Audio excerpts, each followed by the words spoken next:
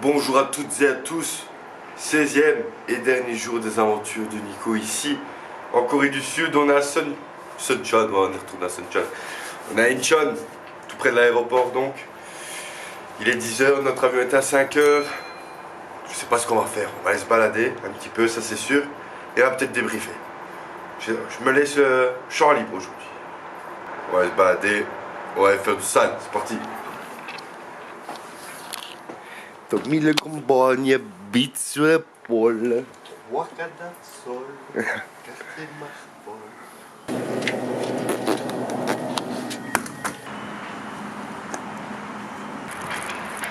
Ça repart sur une petite dégustation de ces petits fourrés à pâte d'haricots verts avec lesquels je me suis réconcilié pendant ces vacances. Vraiment pas mauvais.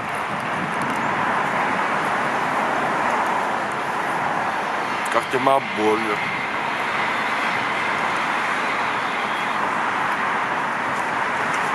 Et ce petit Maxime Top Nutty.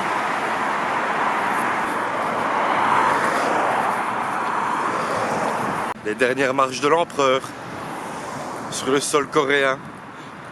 On se dirige vers Songdo Central Park.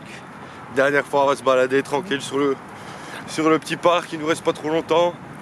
Ça va être l'occasion de débriefer hein, sur ce voyage qui fut intense physiquement. On a dépassé nos limites de la douleur au point que mon cerveau déconnecte certains nerfs. Mais c'était assez chouette comme voyage quand même. Ça c'est généralement la note globale. Elle est bonne, elle est très bonne même. Ça aurait pu être mieux, ça aurait pu être pire. Mais je suis pas mécontent.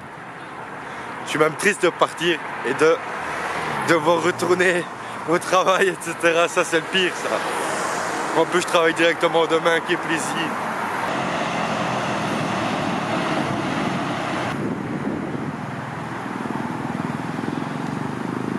J'ai vu sur internet, sur certains blogs, qu'on pouvait monter la G-Tower pour avoir une belle vue sur le parc. On va voir si c'est possible.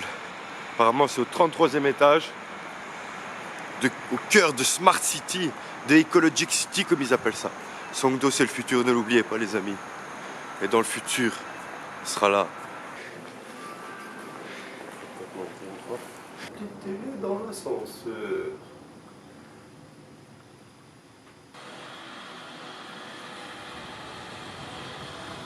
Ça c'est notre hôtel. On est donc au 33e étage de la G-Tower, c'est gratuit. Il y a un observatoire qui permet d'avoir une vue sur toute la ville. Et ça nous permet de voir le plus long de Corée du Sud qui relie une des îles à l'aéroport. On le voit tapis dans l'ombre ainsi sous la brume, c'est impressionnant. Et sinon on voit notre petit hôtel, et là on va aller voir notre petit Central Park. C'est cool. Et il y a tous des trucs un petit peu digitalisés ici. Digitalisés.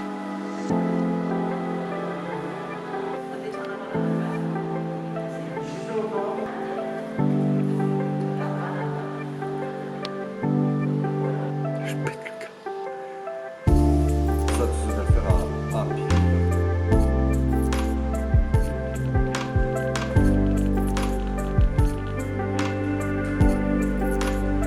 Sydney. Elle a de faire bon à Sydney. Et donc là, je pédale pour observer la ville d'en haut. Et je fournis de l'énergie à la ville. Je suis vraiment sympa comme gars.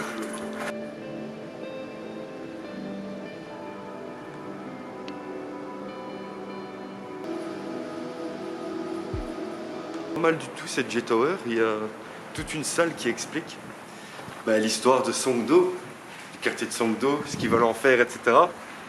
Et en plus de ça, il y a un très joli point de vue sur Central Park. Dommage que là, c'est pas vert du tout. Mais bon, c'est l'automne, c'est normal. Mais c'est un très joli point de vue. Je vous conseille de venir.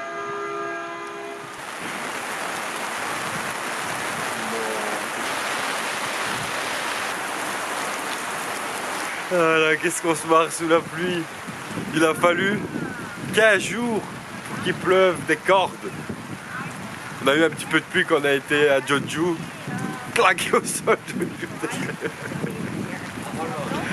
Ça c'est déjà le débrief pour Jeonju. Claqué au sol. Et là j'ai pas mon petit parapluie, il pleut. On va bien profiter de Central Park, ça je vous le dis les gars. Central Park sous la pluie, c'est romantique hein frère. Regarde, on va être bien romantique là. Et bien sûr, j'ai laissé mon petit siret, mon petit kawaii dans mon sac qui est à l'hôtel. C'est pour ça qu'on a peut-être volé. Ouais, c'est vrai. Bon, ben, on va passer le reste des quelques heures qui nous restent ici, hein, à nous protéger de la pluie, right? Ça va ici, il pleut pas sous ce petit pont. Je suis l'homme sous le pont. Je suis le Tagrognon et je vis sous ce pont. Passe là, Tom.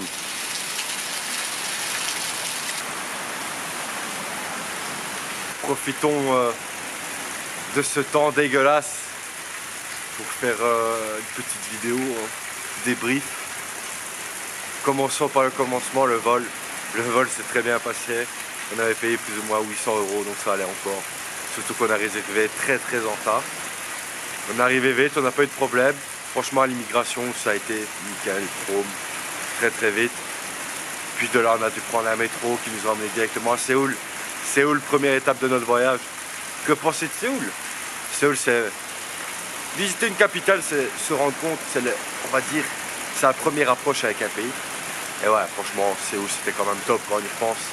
Très grande métropole, plus de 10 millions d'habitants, autant qu'il y en a en Belgique, donc c'est assez fou. Beaucoup de quartiers différents, beaucoup de beaux palais, beaucoup de beaux parcs aussi, beaucoup de montagnes, de relief. Ça monte pas mal, mais ça rajoute vraiment un cachet à la ville. Et ce qui permet aussi d'avoir des points de vue magnifiques. Je me souviens, le mont Ansan, c'était très bien de nuit. C'était vraiment magnifique. On arrivait préparé, mais une fois que t'es en haut, t'es content d'être là. Sinon, une fois qu'on est dans le centre, vraiment, près des palais, Gyeongbuk-dong et tout ça, c'est très bien parce qu'on peut quasi tout faire à pied. Il y a des magnifiques temples, il y a Jogye ça. On avait beaucoup marché à Séoul, ouais, mais c'était vraiment bien. Si t'es bien placé, que tu te tapes bien au milieu. Un peu de métro, un peu de bus, mais pas grand chose. Dès que tu sors de ton métro, tu as toujours 2-3 choses à faire. C'est tomber ta journée tranquille. Après, je sais pas si c'est parce qu'il y a eu le drame à Itaewon, mais j'avais l'impression que les villes, les rues étaient assez vite le soir. Carrément plus. Et il n'y avait pas une grosse ambiance, on va dire, dans les quartiers. Pourtant, on a été quand même à Hongdae, on a été, comment ça s'appelait, à Myeodong et tout ça. Il y avait du monde, mais c'était pas foufou comme on peut voir l'agitation, par exemple, à Tokyo. Donc je sais pas ce qui explique cela. Mais dans l'ensemble, Hongdae, c'est vrai que ça bougeait pas mal, beaucoup de jeunes, c'était assez incroyable. L'homme crabe. L'homme crabe, exactement.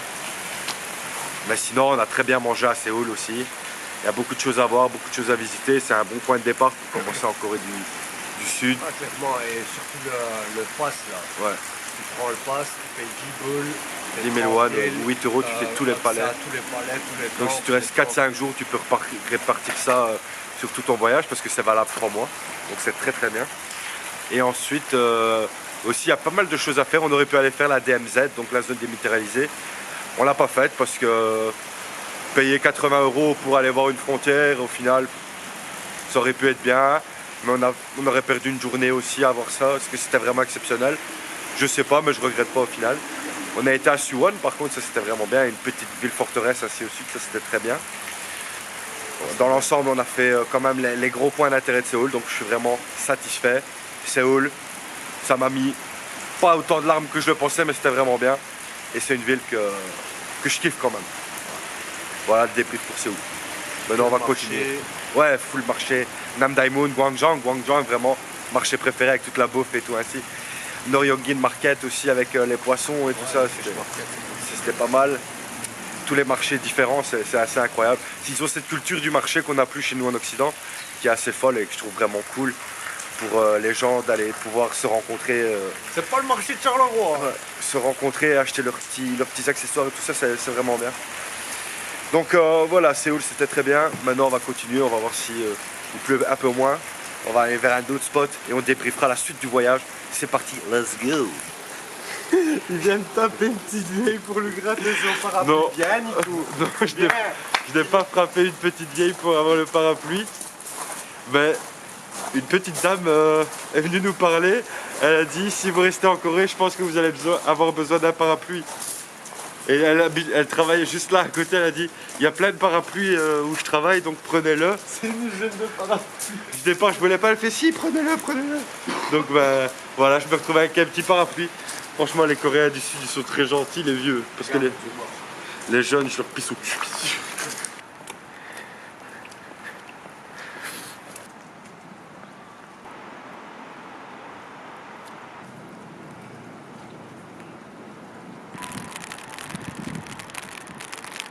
Continue notre petite balade dans son dos pour retourner tout doucement à l'hôtel sous le petit parapluie que m'a offert cette gentille dame, bien utile. Alors après Séoul, on avait le choix entre aller à Seoraksan, près de Sokcho, qui est une très belle montagne. Je voulais aller là à la base, mais en fait, on allait perdre beaucoup de temps avec le bus parce que ça se trouve vraiment sur la côte est de la Corée.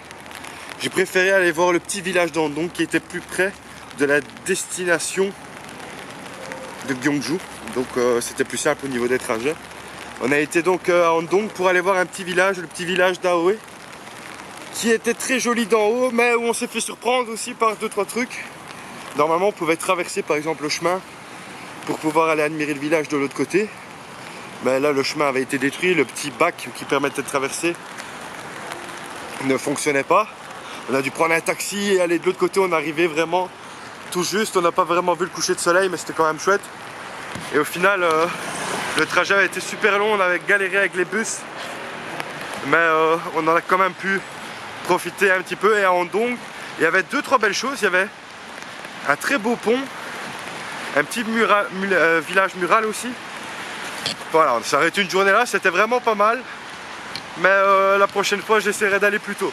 Mais bon, avec la fatigue de Séoul, c'était compliqué de se réveiller le matin et tout ça. Donc voilà.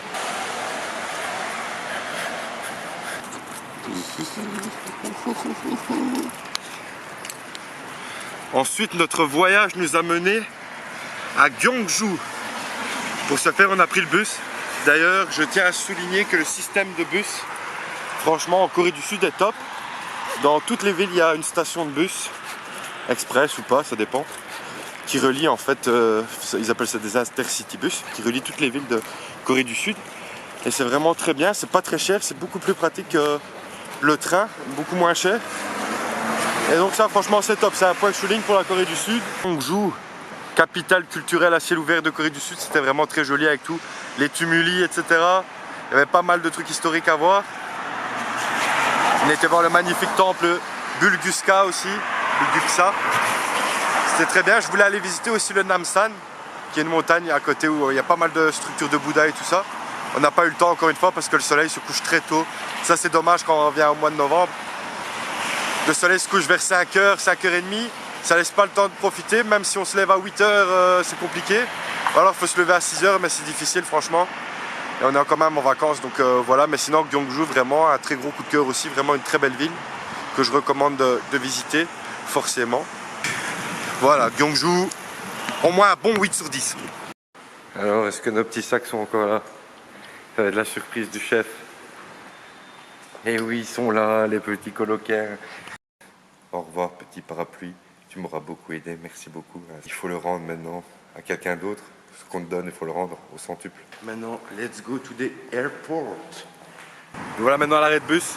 Il nous reste 2 bus à prendre pour aller à l'aéroport. Il est temps que ce voyage se termine malheureusement. Sinon, au niveau du débrief, on continue notre périple. Ensuite, on a été à Busan. Busan qui a été réellement un coup de cœur pour moi. Je regrette même de ne pas être resté plus longtemps. On est resté 2 nuits, environ 2 jours et demi, 3 jours. Il y a beaucoup de choses à voir. La ville est très grande. Elle est très étalée, on va dire, sur le littoral. Mais c'est vraiment une autre ambiance. Les gens sont très très gentils. Et ça, c'est un point que je remonte aussi. C'est les vieux, surtout, sont vraiment sympathiques. Mais les jeunes, ils en ont rien à foutre de nous, entre guillemets. Ils perdent pas de temps à discuter avec nous, sauf certains dans des petits villages et tout ça. Ils voient que je filme et tout ça, ils s'intéressent. Ça leur fait plaisir. Mais le reste, Malheureusement, ils sont pas très conviviaux, mais grosse mention pour les papis, les mamies, tout ça qui nous ont aidés durant le voyage, ça fait toujours plaisir. Donc merci à vous. Hein. Et donc voilà, mais Busan, vraiment très jolie ville avec la mer et tout ça, les ponts, les illuminations. La vie en tant que telle là-bas est vraiment bien. Et il y a vraiment 2-3 belles choses à faire. Et mention spéciale au village de Gamcheon. Gamcheon, très très joli village. Dernier bus stop. On va prendre le 303 pour aller à l'aéroport d'Incheon. Bon, après Busan, on s'est dirigé aussi en bus vers Suncheon. Suncheon qui fait une très très grosse révélation pour moi. J'ai vraiment bien apprécié cette région. On a visité beaucoup de choses, des temples, mais surtout le plus beau, ça restait la baie de Suncheon, magnifique. Vraiment, je ne regrette pas de m'être arrêté dans cette région. On a fait aussi une petite escale à Yeosu, Yeosu qui était très mignon, surtout de nuit, c'était vraiment bien. Donc très bien Suncheon, je reviendrai peut-être un jour, qui sait. Ah, le 303 est là, le 303 est là, let's go. Regardez si...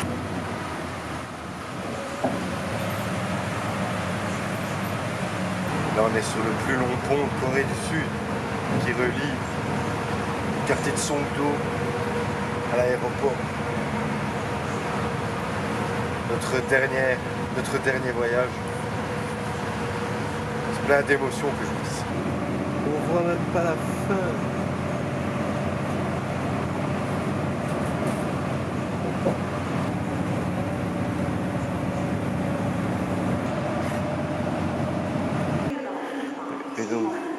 Et donc c'est le futur. C'est le futur. Voilà, bien arrivé à l'aéroport. Nous avons exactement 3 heures pour embarquer. Déposer nos valises, tout ça. Trouver des petits souvenirs à l'ancienne.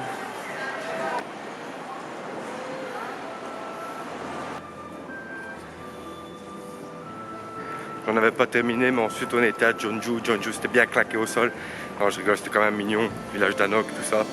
C'était vraiment bien. Et puis, bon, on est rentré à Incheon. Incheon, c'était pas terrible, c'était bizarre, mais ça avait une sorte de charme quand même. Tous ces bâtiments, ce Manhattan, ce Central Park. C'était assez cool. Donc au final, vraiment une bonne note pour terminer ce voyage. Donc je vais pas me plaindre, c'était un très très beau voyage. Ça vaut pas mon Japon, on va pas se mentir. Mais bon voilà, sinon j'espère que les aventures vous auront plu. Des nouvelles vidéos vont suivre forcément. Je vais peut-être parler de la Corée, etc. Faire des comparaisons avec le Japon. Quoi qu'il en soit, merci d'avoir suivi les aventures du début jusqu'à la fin. N'oubliez pas de vous abonner, liker, commenter, partager, ça fait toujours plaisir. Et on se retrouve bientôt peut-être pour un nouveau voyage, une saison 4 qui s'annonce folle. Allez, bisous.